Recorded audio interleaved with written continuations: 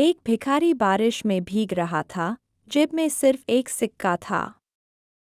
तभी एक भूखा बच्चा उसके पास आया, आंखों में उम्मीद थी। भिखारी ने अपना आखिरी सिक्का दे दिया। बच्चा खाना खाता है और पहली बार मुस्कुराता है। वही बच्चा सालों बाद बिजनेसमैन बन जाता है। पर उसका दिल एक चेहरा नहीं भूलता। वो शहर भर उस भिखारी को ढूंढता है।